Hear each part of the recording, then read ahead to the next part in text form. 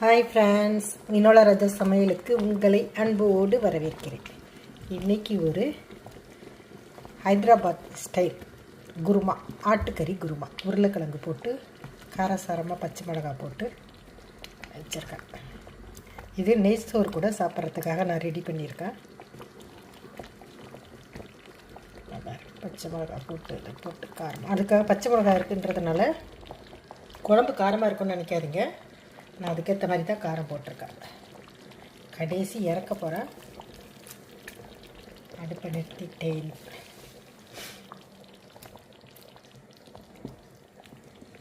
இது நெய் சோறுக்கு ஊற்றி சாப்பிட்ற மாதிரி நான் கொஞ்சம் தண்ணியாகவும் கொஞ்சம் திக்காகவும் வச்சுருக்கேன்.